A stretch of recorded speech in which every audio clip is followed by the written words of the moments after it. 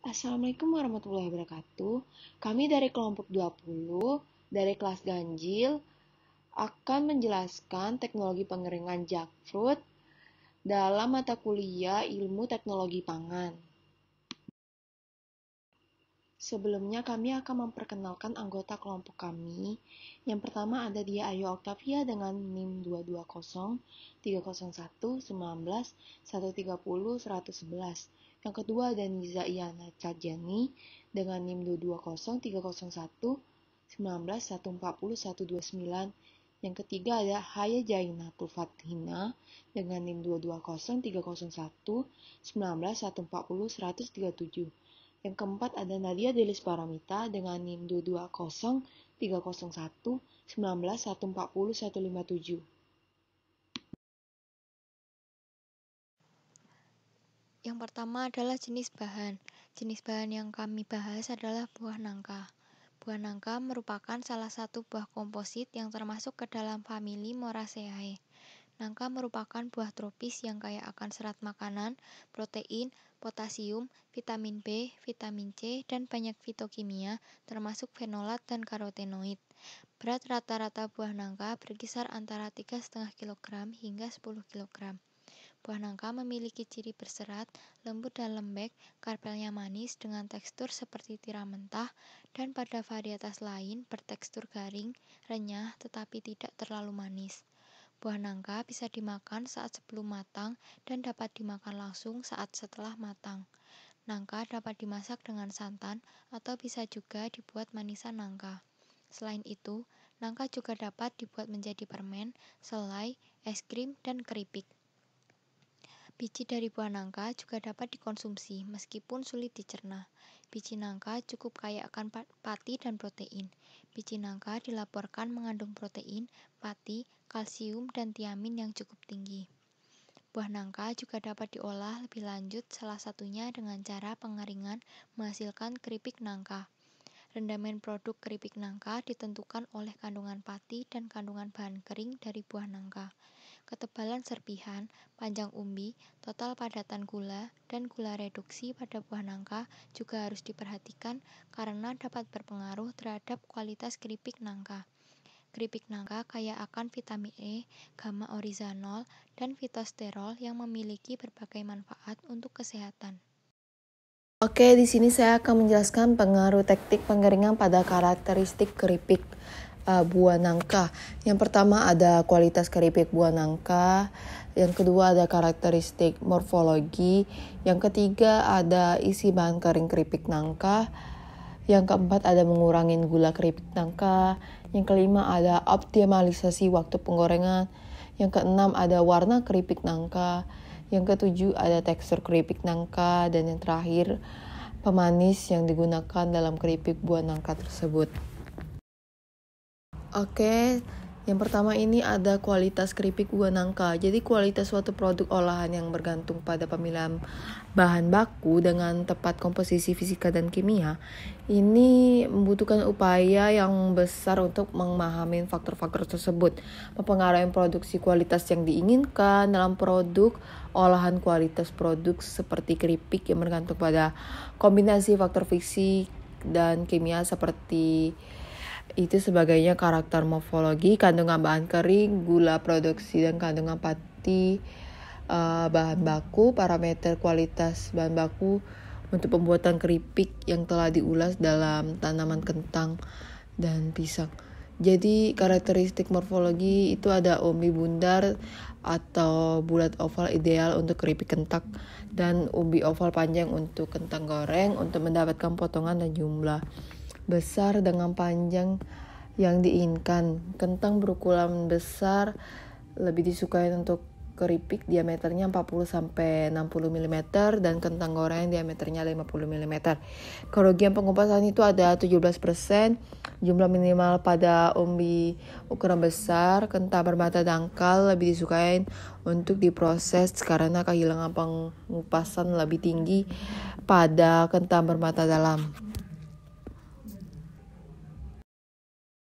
Yang ketiga ada isi bahan kering keripik nangka. Jadi pada buah nangka, menurut Rahmat melaporkan bahwa kandungan bahan kering dari perihal yang dapat dimakan meningkat dengan kematangan 12,5 menjadi 21,5% dan 14,0 menjadi 24,0% berat basah perihal di buah keras dan lunak pada masing-masing. Jadi rata-rata kandungan bahan kering umbi kentang meningkat dari 17,1% pada 60 hari setelah tanam menjadi 20% pada 90 hari setelah tanam. Jadi dalam pisang melaporkan bahwa kandungan bahan kering merupakan salah satu faktor utama yang menentukan redemen dan tekstur produk olahan serta menentukan kesesuaian budidaya kentang, umbi jalar, nangka, dan pisang untuk diolah. Jadi tanaman yang memiliki bahan kering tinggi dianggap ideal untuk pengelupasan dan kandungan bahan kering yang tinggi dikaitkan dengan tepung kerenyahan dan kurangnya serapan minyak dalam keripik. Jadi kadar bahan kering varietas kentang bervariasi antara 15% dan 20,1%. Yang keempat ada mengurangi gula keripik nangka. Jadi Jagades 2007 mempelajari 34 jenis nangka yang dipilih di zona perbukitan Karnataka atau India untuk menemukan kesesuaian untuk keripik. Ia melaporkan buah nangka pilihan unggulan untuk pembuatan keripik memiliki kisaran kadar gula reduksi dari 0,87 SRS per 26 hingga 2,17% SRD 4. Jadi kandungan pati dalam bahan kering menentukan hasil produk olahan dan pemilihan hasil keripik yang tinggi SRS 3 56% dikaitkan dengan kadar bahan kering maksimum 27,5%. Oleh karena itu, parameter di atas harus diperhatikan bersama dengan ketebalan serpihan, panjang umbi, TTS dan gula reduksi saat memilih jenis nangka untuk meningkatkan hasil dan kualitas pada keripik. Yang kelima ada optimalisasi waktu penggorengan. Jadi kerupuk singkong berbahan dasar pati, singkong, dan air diproduksi dengan cara digoreng dalam minyak pada suhu 140, 150, dan 160 derajat Celcius. Jadi pemantauan sifat fisik kerupuk umbi kayu pada 5, 10, dan 15 detik dari proses penggorengan, kadar air, kerapatan curah, ekspansi linear, dan gaya penetrasi dan emisi suara dievaluasi. Hasil penelitian menunjukkan bahwa dengan bertambahnya waktu dan suhu penggorengan, kadar air, ekspansi linear, jumlah gaya, dan puncak suara meningkat secara signifikan, sedangkan kepadatan dan maksimum rata-rata puncak gaya menurun. Jadi yang keenam itu ada warna keripik nangka.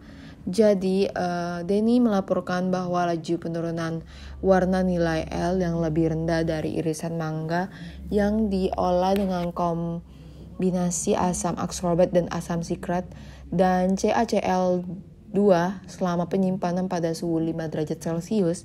Perlindungan efektif karotenoid terhadap oksidasi sangat penting dalam kasus produk kelembapan tinggi yang kaya karotenoid, seperti umbi nangka yang diproses secara minimal. Jadi penggunaan asam oksalat eksogen sebagai pengobatan anti pencolokatan bermanfaat dan meminimalkan hilangnya warna akibat aktivitasnya sebagai pemulung radikal pada apel yang diproses minimal mengalami bahwa penambahnya natrium alginat atau lapisan yang dapat dimakan selama pretreatment memperbaiki warna kubus wortel yang diproses secara minimal. Yang ketujuh ada tekstur keripik nangka. Jadi pelunakan pada umbi nangka merupakan faktor utama yang mempengaruhi kualitas pemasaran. Jadi mengamati pengaruh enzim pektin pada tekstur wortel dan melaporkan bahwa di antara enzim pektin metil extra rare atau PME itu menghidrolisi ikatan metil ester yang menghasilkan metil alkohol, pektin dan asam poligalakturonal dan menurunnya pH.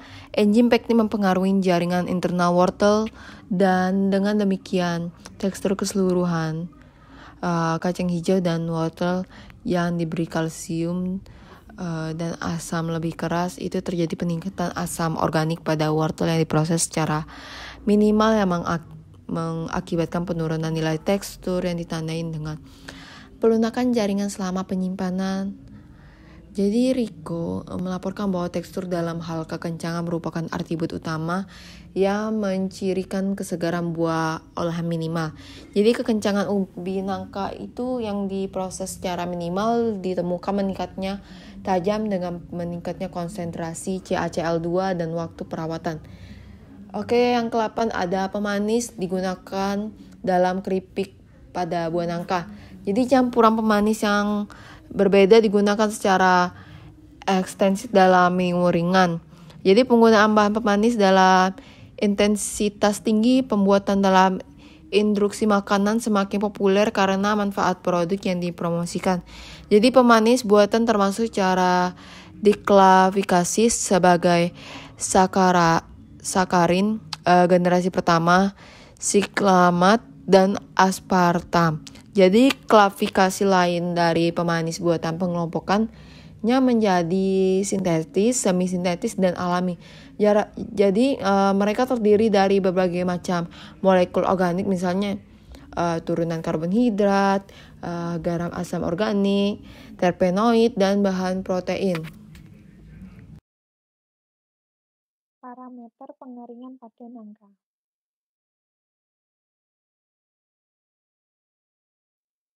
Aktivitas air merupakan faktor penting dalam pengawetan pangan karena perubahan fisik kimiawi dan mikrobiologis yang dapat terjadi selama pemrosesan dan penyimpanan suatu produk bergantung langsung pada parameter ini.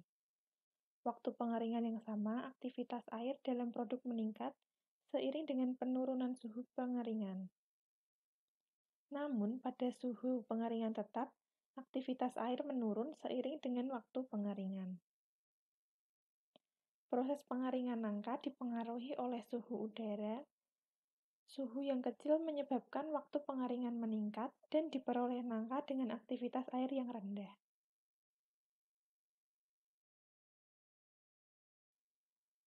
Kemudian adalah suhu.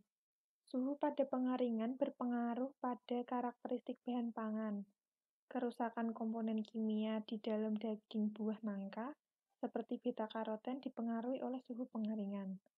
Panas yang diterima ketika proses pengeringan menyebabkan terjadinya kerusakan senyawa dan perubahan warna. Senyawa dominan seperti beta-karoten akan mengalami degradasi karena sifatnya tidak stabil oleh panas, sehingga menyebabkan terjadinya reaksi cis-trans. Oleh sebab itu, perlu adanya pengaturan suhu yang tepat untuk meminimalisir terjadinya kerusakan komponen dan perubahan warna. Suhu pemanas juga berpengaruh nyata terhadap kadar air bahan. Pada penelitian oleh Karyadi, nilai uji ANOVA satu arah menunjukkan nilai signifikansi 0,01 yang berarti variasi suhu berpengaruh terhadap laju pengeringan. Semakin besar temperatur pemanas, maka konstanta laju pengeringan semakin besar pula. Waktu pengeringan juga termasuk dalam salah satu parameter pengeringan buah nangka. Lamanya waktu pengeringan berpengaruh pada kadar bahan pangan. Semakin lama waktu pengeringan dan semakin besar suhu pemanas yang digunakan, maka semakin kecil kadar air akhir yang diperoleh. Variasi waktu pengeringan dan suhu pemanasan juga terbukti berpengaruh terhadap perubahan nilai kandungan vitamin C. Sedangkan perubahan warna hanya dipengaruhi oleh lama waktu pengeringan saja. Semakin lama waktu pengeringan, akan semakin banyak perubahan warna yang terjadi. Secara umum, dari hasil penelitian dapat disimpulkan bahwa variasi yang dilakukan mempengaruhi laju pengeringan dan sifat fisik nangka kering yang dihasilkan.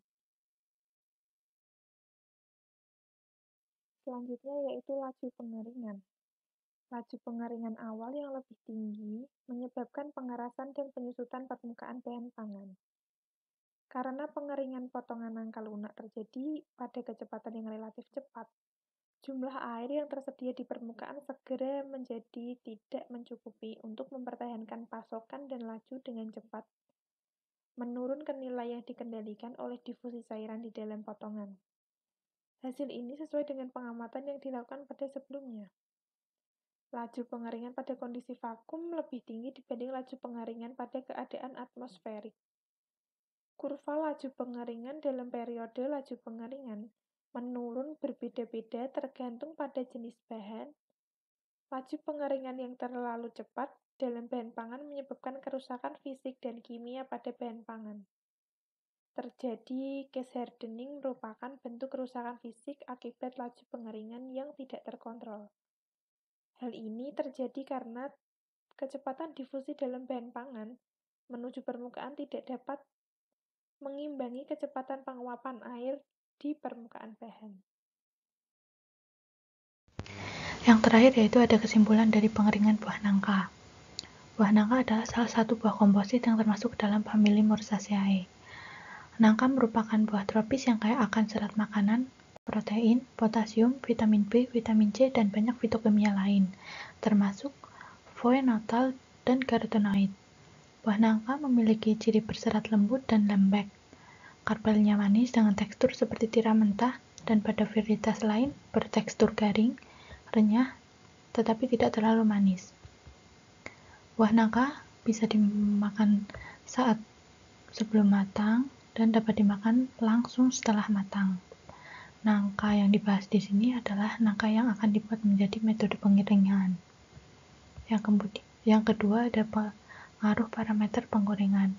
Pengaruh parameter penggorengan antara lain ada kualitas bahan pangan, aktivitas air, suhu, waktu pengeringan, dan laju pengeringan.